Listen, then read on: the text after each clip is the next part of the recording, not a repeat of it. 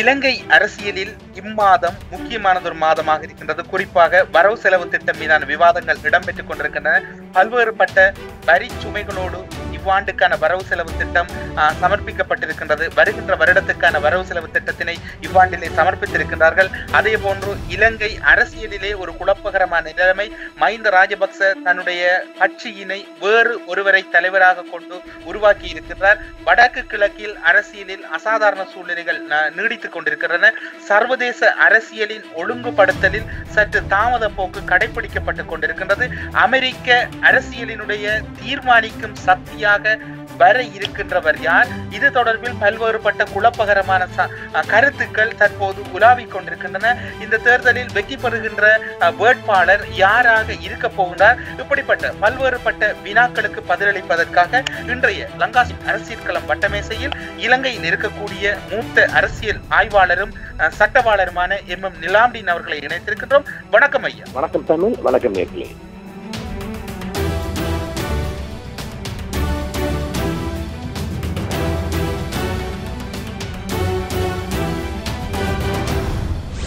தற்பொழுது இருக்கக்கூடிய சூழ்நிலையில் வருகின்ற வருடத்துக்கான வரவு செலவு திட்டத்தினை இவ்வருடம் தற்பொழுது இருக்கக்கூடிய நல்லாட்சி அரசு தாக்கல் செய்திருக்கின்றது. அதில் பல்வேறுபட்ட விமர்சனங்கள் எழுந்து கொண்டிருக்கின்றன. அதற்கு பல்வேறுபட்ட காரணங்களை நிதியமைச்சர் கூறிக்கொண்டிருக்கின்றார். உங்களுடைய பார்வையில் இந்த வரவு செலவு திட்டத்தை எப்படி அவதானிக்கிறீர்கள்? உண்மைதான். மக்களுக்கு பாரிய சுமைகளை கொண்டு வந்திருக்கிற ஒரு வரவு செலவு திட்டமாகவே மக்கள் பார்க்கின்றார்கள். சாதாரணமாக ஒரு ரப்பர், பென்சில், பேனைகளுக்கெல்லாம் வரி அதிகரிக்கப்பட்டுள்ளதால் சாதாரண ஏழை மாணவன் பாதிக்கக்கூடிய அளவுக்கு இந்த வரிச்சுமை மக்கள் மத்தியில் ஏற்றப்பட்டிருக்கிறது, தலைமையில் சுமக்கப்பட்டிருக்கிறது. அதனால் நாடு முழுவதும் இந்த அரசு மீது ஒரு விரோதமான பார்வையை பார்க்க வேண்டிய நிலைமைக்கு வரவு செலவு திட்டம் நிதி மூலம் கொண்டு வரப்பட்டிருக்கிறது. அதனால் இது ஒரு வரி சுமை. நாங்கள் எவ்வளவுதான் தாளம் போட்டாலும் ஒரு சுமையாக, சாதாரண பென்சிலுக்கே இது ஒரு வரி என்று சொன்னால் 5 ரூபாய் விற்று ஒரு அலி ரப்பர், முதலாம் ஆண்டின் அலி ரப்பர் கூட 10 ரூபாயால் அதிகரிக்கப்பட்டிருக்கின்றது. 10 ரூபாய் பென்சில் 20 ரூபாய்க்கு கொண்டு வரப்பட்டிருக்கின்றால் இது மக்களின் மீது ஒரு திணிக்கப்படுகின்ற ஒரு சுமையாகவே நாங்கள் இந்த வரவு செலவு திட்டத்தை நாங்கள் பார்க்கிறோம். அப்படியான சூழ்நிலையிலே இலங்கை அரசு கூறுகின்ற காரணம், முன்னாள் ஜனாதிபதி மஹிந்த ராஜபக்ச அவர்களுடைய ஆட்சி காலத்திலே நாட்டுக்கு ஏற்பட்ட கடன் சுமையினை தீர்ப்பதற்காகவே இப்படியானதொரு வரவு செலவு திட்டம் தயார்படுத்தப்பட்டிருக்கின்றது. இது ஒரு தற்காலிகமானது என்கின்ற கருத்துக்கள் நிலவுகின்றது. அது உண்மைதான். தற்காலிகமோ நிரந்தரமோ அல்ல. எது எப்படியானாலும் அவர்கள் இந்த சுமையை மக்கள் மீது சுமத்தி இருக்கின்றார்கள். 1000 காரணங்கள் சொல்லப்பட்டாலும் மக்களுக்கு சுமை இல்லாத ஒரு வரவு செலவு திட்டத்தை இவர்கள் கொண்டு வந்திருக்க வேண்டும். உண்மைதான். மஹிந்த அரசின் கடன் திட்டங்களை அடைப்பதற்காக அவர்கள் வேறு வழிகளை கையின்றிருக்கலாம் ஒழிய மக்கள் மீது ஒரு சுமையை கொண்டு வந்து சாதாரண அடிமட்ட கீழ்மட்ட மக்களை பாதிக்கும் அளவுக்கு இந்த வரவு செலவு திட்டம் வந்திருப்பது அது வரவேற்கத்தக்கதல்ல. ஆட்சிக்கும் ஏற்றுக்கொள்ளக்கூடிய அளவல்ல. ஆட்சிக்கும் ஒரு ஆபத்தான வரவு செலவு திட்டமாக நாங்கள் பார்க்கிறோம். இலங்கையிலே வரலாறு காணாத, அதாவது யுத்தம் இடம்பெற்ற காலங்களில் கூட இப்படியான நிதி ஒதுக்கீட்டினை பாதுகாப்பு அமைச்சுக்கு நிதியாக ஒதுக்கவில்லை. அப்படி இருக்கையில், அதாவது இராஜாங்க பாதுகாப்பு அமைச்சினை உருவாக்கிய நல்லாட்சி அரசாங்கம் அதற்கான கணிசமான நிதியினை பாதுகாப்புக்காக செலவிடுகின்றது. என்ன காரணம்? இலங்கையில் யுத்தம் இல்லை, இலங்கை சமாதானத்தை நோக்கி திருப்பிக் கொண்டிருப்பதாக இலங்கையில் இருக்கக்கூடிய ஜனாதிபதி, பிரதமர் கூறுகின்றார்கள். அதற்கு சர்வதேசம் ஒப்புதல் அளிக்கின்றது. இப்படியான நிலையில் அதிகமான நிதி எதற்காக? இல்லை, அவர்கள் மேலும் மேலும் அவர்கள் யுத்தம் இல்லாத போதும் இருந்த போதும் பாதுகாப்பு செலவினங்களுக்காக அதே அளவு நிதி ஒதுக்கி வருகின்றனர். அதில் எந்த விதமான மாற்று கருத்தும் இல்லை. இலங்கை அரசு, நாங்கள் கடந்த 2 ஆண்டுகளுக்கு முன்பு சொல்லி இலங்கை அரசு ஒரு அச்சத்தில் இருக்கின்றது. அதாவது எந்த வகையில் பார்க்க போனாலும் ஒரு வெளிநாட்டு சக்திகள் மூலம் அதுல ஆதரவாளர்களோ யாராவது ஒரு விமான தாக்குதல் ஒன்றை செய்யக்கூடிய அளவுக்கு இலங்கை அரசு எதிர்பார்க்கின்றது. அதில் அதிக அளவு அவர்கள் இந்த விமான எதிர்ப்பு பீரங்கிகள், யுத்த விமானங்கள் போன்ற வகைகளில் அவர்கள் கடந்த ஆண்டிலிருந்து அவர்கள் கொள்வன செய்து வருகின்றார்கள். அதனால் இலங்கை அரசு தன்னுடைய பாதுகாப்பை பலப்படுத்த வேண்டிய ஒரு கடப்பாட்டுக்கு வந்திருப்பதாக நாங்கள் பார்க்கின்றோம். இலங்கை அரசு எப்படி இருந்தாலும் விமானப்படை, இப்போ விமானப்படையை பெருமளவு அவர்கள் சக்தி வாய்ந்த ஒரு படையாக மாற்றுவதற்காக பெருமளவு பணத்தை அவர்கள் கொண்டு வந்திருக்கின்றார்கள். அதனால் இலங்கை அரசு வெளிநாட்டு ஊடாக ஏதாவது ஒரு தாக்குதல்கள் வந்தால் நாங்கள் அதை முறியடிக்கக்கூடிய அளவுக்கு அவர்கள் பலம் பெற பார்க்கிறார்கள். இப்படியான கருத்துக்கள் இருக்கின்ற போது தற்பொழுது இருக்கக்கூடிய ஜனாதிபதி பிரதமரிடையில், அதாவது வெளியிலே சிரித்து கொண்டிருந்தாலும் உள்ளார்ந்த ரீதியாக சில கருத்து முரண்பாடுகள், அதற்கும் அப்பால் அவர்களுக்கிடையில் சில மனக்கசப்புகள் கூட ஏற்பட்டிருப்பதாக தென்னிலங்கை செய்திகள் கூறுகின்றன. இதில் உண்மைத்தன்மை இருக்கின்றதா? நிச்சயமா இருக்கின்றது. என்னன்னா, இதில் நாங்கள் ஏற்கனவே பலமுறையும் சொல்லி இருக்கின்றோம். மஹிந்த என்பது இலங்கை அரசில் இப்போதைய நிலைமையில் அவர் ஒரு மூன்றாம் சக்தி. இந்த சக்தி எந்த பக்கம் போனாலும் ஆட்சி அமையக்கூடிய நிலைப்பாடு இருக்கின்றது. தேர்தல் இல்லாமலே மஹிந்த நிலைத்தால் நாளை கூட ஆட்சியை மாற்றக்கூடிய அளவுக்கு இருக்கின்றது. அதனால் இவர்களுக்குள் ஒரு பெரும் புகைச்சல் இருந்தாலும் அதை வெளிக்காட்ட முடியாத அளவுக்கு இவர்களின் முருகல் முற்றி இருக்கின்றது. மஹிந்த என்பது 50 எம்பிக்குள் கொண்ட ஒரு பலமான மூன்றாவது சக்தி, மூன்றாவது எம்பி சக்தி. அதனால் யுஎம்பியும் அல்லது எஸ்எல்ஏபியும் எந்த பக்கமாவது ஒரு ஆட்சி அமைக்கக்கூடிய ஒரு நிலைப்பாடு இருக்கின்றது. அதனால் இருவரும் ஒரு கருத்து முரண்பட்டாலும் அவர்கள் வெளியில் காட்ட முடியாத அளவுக்கு இவர்களுக்குள் ஒரு புகைச்சலும் நெருக்கடிகளும் வந்து கொண்டுதான் இருக்கு. அதாவது இந்த புகைச்சல் நெருக்கடிகள் என்று கூறிக்கொண்டால், அப்படி என்று சொன்னால் முன்னாள் ஜனாதிபதி சந்திரிகா பண்டாரநாயக்க குமாரதுங்க இந்த ஆட்சியினை ஏற்படுத்தியல் முன்னோடியாக திகழ்ந்தவர். மைத்ரிபால சிறிசேன இலங்கையினுடைய ஜனாதிபதி அவர்கள் எக்காரியமானாலும் முன்னாள் ஜனாதிபதியினுடைய ஆலோசனையின் பேரில் நடப்பவர். 2002ஆம் ஆண்டு காலப்பகுதி என்று நினைக்கின்றேன், ரணில் அரசு பாராளுமன்றத்தையும் ஜனாதிபதியை எஸ்எல்எஃப்யும் அதாவது ஸ்ரீலங்கா சுதந்திர கட்சியும் வைத்திருந்த காலப்பகுதியில் அன்று ஆட்சி கலைந்தது. அப்படியான எதுக்கள் இருக்கிறது? நிச்சயமாக நாங்கள் அதைத்தான் சொல்லுகின்றோம். அதாவது இப்போது மஹிந்த நினைத்தால் ஒன்று ஜனாதிபதி தரப்பில் ஆட்சி அமைப்பு நிலை இருக்கின்றது, அல்லது பிரதமர் பக்கமாக ஆட்சி பக்கம் நிலைக்கூடிய எது எப்படி பானாலும் மஹிந்த என்பவர் ஒன்று மூன்றாம் சக்தி. அதனால் இப்போதைய காய் நகரத்தில் அகில கட்சியிலிருந்து சில எம்பிக்கள் அதிபர் மைத்திரியிடம் சென்று நான் பிரதமராக போகின்றேன், அதனால் எனக்கு அந்த வாய்ப்பை தாருங்கள், நான் ஒரு 25 எம்பிக்களை கொண்டு வருவேன் அங்கே போகிறார். இதே நேரம் சுதந்திர கட்சியை சேர்த்த பல எம்பிக்கள் ரணிலிடம் போய் முறைகின்றார். அதனால் ஒரு மூன்றாம் சக்தி கொண்டு மஹிந்த இருப்பதால் இந்த நீங்கள் கேட்க சாத்திய கூறு அல்லது மஹிந்த அணி கொண்ட ஒரு பிரதமர் அல்லது ரணில் இல்லாத பிரதமர் ஒன்று வரக்கூடிய அளவுக்கு இருக்கின்றது. அதனால் இதை நாங்கள் தட்டி கழிக்க முடியாத ஒரு கேள்விதான் நாங்கள் பார்க்கிறோம். அதாவது மேற்குலகம் இதற்கான ஒப்புதலை வழங்குமா, அல்லது இதனை மேற்குலகம் விரும்புகின்ற சூழ்நிலை இருக்கின்றதா, அல்லது இப்படியானது ஒரு நிலைப்பாட்டினை யார் விரும்புகிறார்?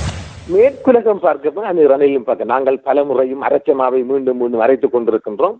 ரணில் என்பது மேற்குலக சக்தி. அதிபர் அவர்கள் இப்பொழுது எல்லா பக்கமும் இருக்கின்றார், அந்த பக்கமா இந்த பக்கமா அவர் எந்த பக்கம் இல்லாமல் இருக்கின்றபடியால் பிரதமரின் பக்கம்னா பலம் அதிகரித்திருந்தது. ஆனால் ஆசிய சாண்டியன் இந்தியாவின் ஒப்புதல் இல்லாமல் எந்த ஒரு முன்னெடுப்புகளும் வெற்றி அடையாது என்றால் நாங்கள் எங்களுடைய பார்வையில் எங்களுடைய ஆய்வில் நாங்கள் பார்க்கின்றோம். அதை நாங்கள் திட்டவட்டமாக உறுதியாக சொல்லுவோம். அதனால் இப்பொழுது கோத்தாபயவை சீன அரசு எப்படியாவது எதிர்காலத்திலாவது 2020ஆம் ஆண்டிலாவது அவர் ஒரு ஜனாதிபதி தேர்தலுக்குள் கொண்டு வர பார்க்கின்றார். அதில் மாற்றத்திற்கு இடமில்லை. அதனால் அண்மையில் கோத்தாபய சென்றது சீனா சென்ற போதும் நாங்கள் ஏற்கனவே சொன்னது போன்றும் பெருவளவு உளவாளிகளும் சீன அரசின் மூத்த அதிகாரிகளும் சந்தித்து இதற்கான ஒரு வாய்ப்பை ஏற்படுத்தியிருக்கிறார்கள். அதனால் எதிர்வருகின்ற 2020ஆம் ஆண்டு காலத்தில் கோத்தாபய சுதந்திர கட்சி ஊடாக ஒன்று பிரதமர் அல்லது ஜனாதிபதியாக வரக்கூடிய அல்லது வேட்பாளராக முன்னிறுத்தக்கூடிய அளவுக்கு சீன உளவு தாவனம் ஏற்படுத்தி வருகின்றது.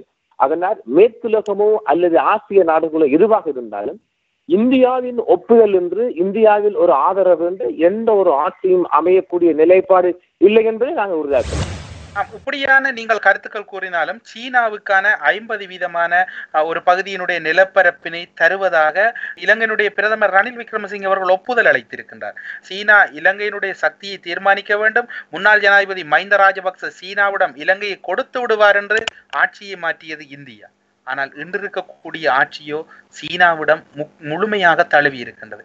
எப்படியான அரசியல் அங்கு நடக்கிறது? உண்மைதான். இப்ப நாங்கள் ஏற்கனவே சொன்னது போன்று இந்தியாவும் சீனாவும் போட்டி இலங்கைக்குள். இந்த போட்டியில் நானா நீயா என்பது அந்த போட்டி. சீனா அதிக அளவு காலூன்ற பார்க்கின்றது, மீண்டும் மீண்டும் பார்க்கின்றது, எந்த வகையிலையும் பார்க்கின்றது. பாருங்கள், காலிமுக திடலில் ஆர்மி தலைமையகம் ராணுவ தலைமையகம் இருந்த இடத்தில் இன்றைக்கு ஒரு 5 ஸ்டார் ஹோட்டல் அமைக்கின்றது. அநேகமாக அடுத்த ஆண்டில் அந்த ஹோட்டல் வரக்கூடிய அளவுக்கு இருக்கின்றது. அதனால் சீனா எல்லா வகையிலும் இலங்கைக்குள் காலூன்றி அதன் அதிகாரத்தை பலப்படுத்த பார்க்கின்றது. சீனா பெருமளவு கடன் கொடுத்திருக்கின்றது, நிறைந்த கடன் கொடுத்திருந்தது. மேலும் மேலும் இந்த ஆட்சியை கொண்டு போக வேண்டும் என்றால் சீனாவிடம் எங்கள் கையேந்திய நிலைமைக்கு வந்திருக்கின்றது. அதனால் பெரும் பகுதி நிலப்பரப்புகளை சீனாவிடம் காலி பகுதி எல்லாம் கொடுக்க வேண்டிய ஒரு நிலைப்பாட்டுக்கு வந்திருக்கின்றார்கள். இதே நேரம் வடக்கில் பலாலி துறைமுகத்தையும் பலாலி விமான நிலையத்தையும் திருவண்ணாமலை சைனா விமான நிலையத்தையும் இந்தியாவுக்கு கொடுப்பதற்கான ஒரு பேச்சுவார்த்தை நடைபெற்றிருக்கின்றது. அதையும் அவர்கள் இலங்கை அரசு அதை விரும்பி இருக்கின்றது, பாதுகாப்பு கருதி. இது நாங்கள் ஏற்கனவே சொன்னது போன்று விமானப்படைகள் பலம் பெற வேண்டுமானால் பலாலியும் சீன கூட விமான தளமும் இந்தியாவின் கைக்கு போக வேண்டும் என இந்தியா கோரி இருக்கின்றது. அதனால் இலங்கைக்கு ஒரு ஆபத்து வருகின்ற போது இந்தியா பெருமளவு படைப்பிடிப்புகளை செய்யக்கூடிய ஒரு நிலைப்பாடும் இருக்கின்றது. அதனால் இந்தியாவின் ஆதரவு இல்லாம, இந்தியாவின் ஒப்புதல் இல்லாம இவர்கள் எதையும் செய்ய முடியாது. சீனாவுக்கு காணி கொடுப்பதாக இருக்கட்டும், சீனாவிடம் இவர்கள் கடன் பெறுவதாக இருக்கட்டும், எதுவாக இருந்தாலும் இந்தியா டெல்லிக்கு சென்று அதை ஒப்புவித்து வர வந்து, அதாவது ஒரு நாட்டுக்காக சரி நாங்கள் சைனாவிடம் கையெழுந்துகின்றோம், வாங்குகின்றோம், பெறுகின்றோம் என்று ஒரு முறைப்பாட்டை இந்திய தூதுவர் ஊடாக ஒரு டெல்லிக்கு அனுப்பி கொண்டிருக்கிறார். அதனால் இந்தியாவின் ஒப்புதல் இல்லாமல், இந்தியாவின் ஆதரவு இல்லாமல் இந்த ஆட்சி கலைப்போ அல்லது ஆட்சி ஏற்பாடோ வர முடியாது என்று நாங்கள் திட்டவட்டமாக சொல்ல முடியும். இப்படியான சூழ்நிலையில் அம்பாந்தோட்டையை சீனா அளவுக்கு அதிகமாக விரும்புவது அல்லது பெற நினைப்பது எதற்காக? அதை நாங்கள் ஏற்கனவே அந்த கடந்த மாதத்தின் வட்டமைப்பு சொன்னது போன்றோ இப்போது பாருங்கள், பாகிஸ்தானும் இந்தியாவும் ஒரு மோதலை உருவாக்கி வருகின்றன. இந்த நிலைமையில் அதற்கு ஒரு தளமும் ஒரு களமும் தேவைப்படுகின்றன. அந்த பார்வையில் பார்க்க போனால் அம்பாத்தோட ஹாபரையும் அவர்கள் இந்த காலி மஹிந்த ராஜபக்சே விமான நிலையத்தையும் சைனா கைப்பற்ற நிலவிருக்கின்றது. அதாவது பலாலியையும் சைனாவையும் இந்தியா கைப்பற்ற முயன்றால் சீனா அம்பாத்தோட 2 தளங்களை கைப்பற்றக்கூடிய நிலைப்பாடு சீனா வருகின்றது. இந்தியாவை விட சீனாவில் பெரும்பாலும் பணம் இருக்கின்றது. இலங்கை அரசு சாதாரண ஒரு ஊழியரும் சம்பளம் கொடுக்க வேண்டும் என்றாலும் பணம் இல்லை. என்னால் மஹிந்த அரசு வந்துகிட்டு ஒரு இல்லீகல் ஆயுத விற்பனை செய்திருந்தார்கள். எவன்கார்ட் நிறுவனம் மூலம் உலகத்துக்கெல்லாம் அவர்கள் ஆயுதம் சப்ளை பண்ணிவிட்டார்கள். அடுத்தது இந்த போலி வஸ்துக்களையும் கடத்திவிட்டு இந்த அளவு இப்ப முடக்கப்பட்டிருக்கின்றால் இந்த அரசு ரன் பண்ண வேண்டுமானால் பணம் ஒன்று தேவை. இந்த பண தேவையை சீனாவின் மூலம் இவர்கள் சரி கட்டுகின்றார்கள். இந்த வந்திருக்கின்ற இந்த வரவு செலவு திட்டத்துடன் சீனாவின் பணப்பங்கு பெரும் பலம் பெறுவதனால் சீனாவில் கையேந்தின் நிலைமைக்கு இவர்கள் வந்திருக்கின்றார்கள், வந்து விட்டார்கள். பூகோள அரசியலில் அம்பாந்தோட்டையினுடைய நிலப்பரப்பு எந்த அளவு சக்தி வாய்ந்ததாக இருக்கும் எதிர்காலத்தில்?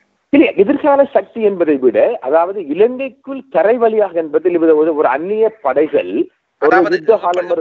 இப்படி பார்க்கலாம். அதாவது இந்தியாவுக்கு திருகோணமலை, அதாவது வடக்கு கிழக்கு அண்மித்திருக்கின்றது. அது ஒரு பூகோள அரசியலிலோ அல்லது பூகோள ரீதியாகவோ அது முக்கியம் பெறுகின்றது.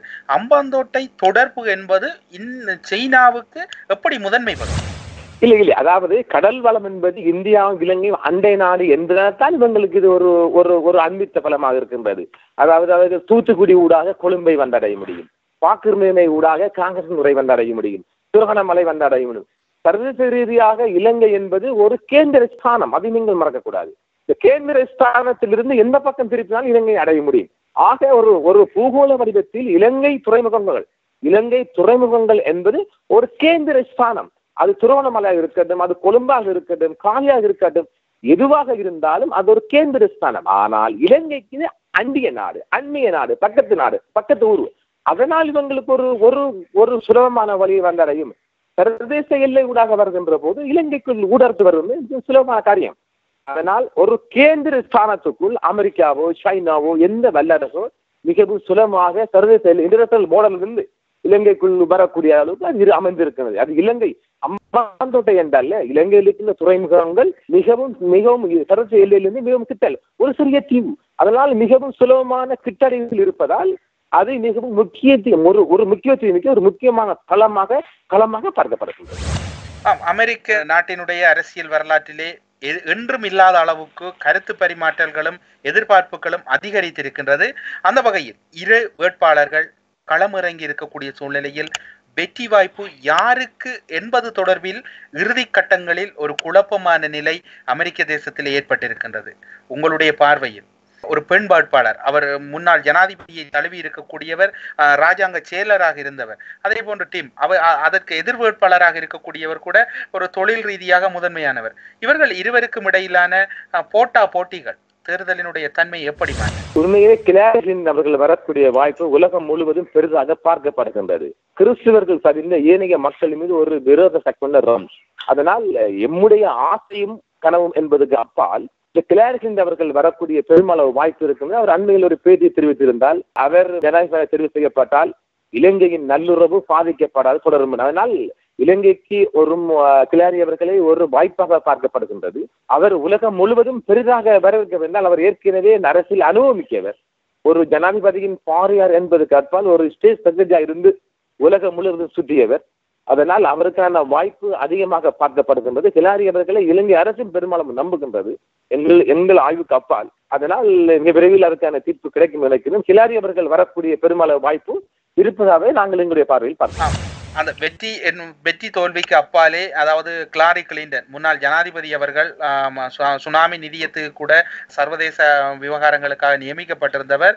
அவருடைய காலங்களிலோ அல்லது பலராலும் எதிர்பார்க்கப்பட்ட மொழி, நிறம், இனம் கடந்த தற்போது இருக்கக்கூடிய ஜனாதிபதி ஒபாமா அவர்களை கூட எந்த ஒரு வகையிலுமே பாதிக்கப்பட்ட சமூகம் தங்களுக்கான நீதியை பெற்றுக் கொடுத்ததாக இன்று வரையும் கூறவில்லை. அவர்கள் வெற்றியின் பின்னர் தங்களுடைய நாட்டின் நிகழ்ச்சிகளுக்கு அல்லவா மாறுகிறார்கள்.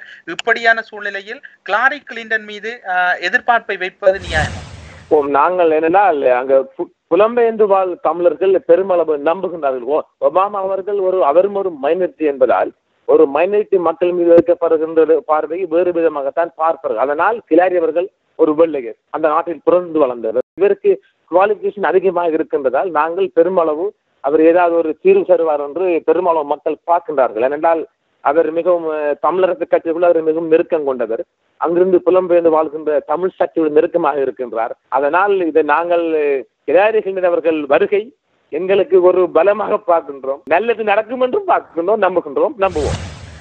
இவருடைய வெற்றி, அதாவது இப்படியானது ஒரு நியமனம் கிடைக்கின்ற பட்சத்திலே இது ஆசிய அரசியலில் எப்படி தாக்கம் செலுத்தும்? அதாவது இவர் ராஜாங்க செயலராக இருந்த போது ஆசிய நாடுகளில் நான் நினைக்கின்றேன் இவர் ஒரு பயணம் அங்கு இருக்கக்கூடிய முதலமைச்சர், அதாவது தமிழ்நாட்டினுடைய முதலமைச்சரை கூட பலமுறை சந்தித்திருக்கின்றார். இப்படியான சூழ்நிலையில் ஆசிய அரசியலில் இவருடைய வருகை எப்படி? நிச்சயமாக ஆசிய அரசியலில் கிளின்டன் அவர்கள் ஒரு ஆதிக்கம் செலுத்தக்கூடிய சக்தியாக மாறுவார். அவர் ஸ்டேட் செக்ரட்டரியாக இருந்த போது அவர் மிகவும் அதிகமான நெருக்கத்தை ஆசிய நாடுகளுடன் கொண்டிருக்கின்றார். ஆசிய நாடுகளின் தன்மையெல்லாம் அவருக்கு இந்த அரசியல் தன்மை அது தெரிகின்றது, இலங்கை நிலவரம் தெரிகின்றது. அதனால் அவர் மூலமாக ஒரு குறைந்த தன்மையாவது ஆசிய சக்திகள் வெற்றி பெறக்கூடிய வாய்ப்பு இருக்கின்றது. அதாவது ஒரு மைனாரிட்டி மக்கள் ஒரு எளிய கணக்கிலாவது ஒரு சிறிய தீர்வாவது கிளின்டன் அவர்கள் மூலமாக கிடைக்கக்கூடிய வாய்ப்பு இருக்கின்றது. கிளின்டன் மூலமாக ஏதோ அது இலங்கையோ அல்லது இந்தியாவோ எந்த நாட்டிலாவது ஒரு மைனாரிட்டி மக்களுக்கு ஒரு தீர்வு கிடைக்கவில்லை என்றால் எந்த ஜென்மத்திலையும் கிடைக்கக்கூடிய அளவு இல்லைன்னு நாங்கள் பார்க்கணும். அந்த அளவுக்கு நாங்கள் அவரை நம்புகின்றோம். இப்படியான சூழ்நிலையில் இவருடைய வெற்றி அல்லது இப்படியான ராஜதந்திர நகர்வுகளில் புலம்பெயர்ந்திருக்கக்கூடிய டயஸ்போராக்கள் அல்லது புலம்பெயர்ந்திருக்கக்கூடிய தமிழர்கள் வெற்றியை மட்டும் நினைப்பதா அல்லது அதனையும் கடந்து எதை செய்ய வேண்டும்? நிச்சயமாக வெற்றியை மட்டும் போதார் அவருக்கு. அதாவது நாங்கள் பலமுறை சொல்லி இருக்கின்றோம், புலம்பெயர்ந்து வாழ் மக்கள் தங்களுடைய சக்திகளை பலப்படுத்த வேண்டும். அவர்கள் ஒன்று திரட்டி இந்த வாய்ப்பை அவர்கள் பயன்படுத்த வேண்டும். ஒரு பெண்மணி வருகின்றார், நம்முடைய மக்களின் கஷ்டம் அவருக்கு தெரியும், கொடுத்திருக்கிறார். பலமுறை அவர்கள் எழுத்து மூலம் ஆவணம் மூலம் அங்கு புலம்பெயர் வாழ் அமைப்புகள் கொடுத்திருக்கின்றது. அதை நாங்கள் இன்னும் தூசி தட்டி கிளப்ப வேண்டும், இன்னும் அவரை பலப்படுத்த வேண்டும். எங்களுடைய தமிழ் சக்திகள் முடிந்த அளவு கடந்த 20 ஆண்டு கால கொடுமைகள் அவர் எடுத்துரைக்க வேண்டும். சில சக்திகள் போய் சந்திக்க வேண்டும், அவருக்கு தெளிவாக காட்ட வேண்டும். நம்முடைய முறைப்பாடு முந்துமானால் இலங்கை அரசின் முறைப்பாடு பிந்தும். இதை நாங்கள் திட்ட தெளிவாக சொல்கின்றோம். எந்த நாட்டுக்காவது அவர் நிச்சயமாக வெல்லக்கூடிய வாய்ப்பு இருக்குன்னு சொன்னால் அவர் வெல்வதற்கு முன்பு அல்லது வேட்பாளராக நிறுத்தப்பட்ட போது இது கூட நாங்கள் டூ லேட் நினைக்கின்றோம். இதைத்தான் நான் இந்த மோடி அரசின் சொல்கின்றேன். மோடி பிரதமராகக்கூடிய பல வாய்ப்பு இருக்கின்றது. அதை நாங்கள் திட்ட தெளிவாக இதே தமிழுக்கு வெளியிருந்தோம். எந்த ஒரு தமிழ் அமைப்பு அவர் வேட்பாளராக நியமிக்கப்பட்ட போக வச்சு சந்திக்கவில்லை. இதுவும் கூட டூ லேட். இதுவும் இப்பயும் கூட ஒரு 2-3 மாசத்துக்கு முன்பாக சில தமிழ் அமைப்புக்கு அவர் நேரடியாக நியூயார்க்கில் சந்திச்சிருக்க வேண்டும். வெந்த பிற்பாடு போய் வாழ்த்துவதும் போற்றுவதும் அது ஏற்றக்கூடியது அல்ல. எனவே நாங்கள் என்ன சொல்கின்றோம் என்றால், எந்த ஒரு வேட்பாளர் நிறுத்தப்படுகின்ற போது அவர் வெற்றி வாய்ப்பு அடையக்கூடிய வாய்ப்பு இருக்குமா நாங்கள் சந்தித்து அவர் நேரடியாக ஒரு குழுக்கள் அமைப்புகள் போய் நேரடியாக சந்தித்து எங்களுக்கு குறை நிறைகளை தெரிவித்திருக்க வேண்டும். இது கூட டூ லேட் தான். எனவே தமிழர்கள் இனிமேலாவது உலக தலைவர்களை பிரான்ஸா இருக்கட்டும், ஜெர்மனா இருக்கட்டும், எந்த தலைவர்களாக வெல்லக்கூடிய வாய்ப்பு வருகின்ற போது நாங்கள் முன்னிற்கொண்டு எங்களை முறைப்பாட்டை முன்னிக்கொள்ள வேண்டும். எங்களுடைய கொடுமைகளை அரங்கேற்ற வேண்டும். எங்களுக்கு நடந்த பாடகச்சேரிகளுக்கு வெளிக்காட்ட வேண்டும். நாங்கள் அடுத்த தைப்பொங்கலுக்கு தீர்வு காணுவோம், இன்னும் ஒரு தைப்பொங்கலுக்கு தீர்வு காணுவோம், இன்னும் ஒரு தீபாவளி கடந்து தீர்வு காணுவோம் என்றுதான் இந்த தமிழ் தலைவர்கள் சொல்ல போகின்றார்கள். எனவே புலம்பெயர்ந்து வாழ் மக்கள் மட்டும்தான் நம்முடைய சக்தியை தீர்மானிக்க சக்தியாக இருக்கின்றார்களே, இலங்கை வாழ் சக்திகளின் அப்பால் இவரை தீர்மானிக்க வேண்டிய பொறுப்பாக அவர்கள் இருக்கின்றார்கள். லங்காஸ்வாமியின் அரசியற்களம் வட்டமேசையில் கலந்து கொண்டு சர்வதேச விவகாரங்கள், இலங்கையினுடைய நிலைப்பாடுகள், அதற்கு மேலாக அமெரிக்க தேர்தலின் வெளிப்பாடுகள் எப்படி ஈழத்தமிழர் விவகாரங்களில் கையாளப்பட இருக்கின்றது, அந்த விவகாரங்களில் ஈழத்தமிழர்கள் விட்டிருக்கக்கூடிய தவறுகள் என்ன, மீள்வதற்கான வழிகள் என்ன என்பது தொடர்பில் சிறப்பாக உங்களுடைய கருத்துக்களை பகிர்ந்து கொண்டமைக்காக விசேட நன்றிகளோடு விடைபெறுகிறோம். நன்றி, வணக்கம். நன்றி, வணக்கம்.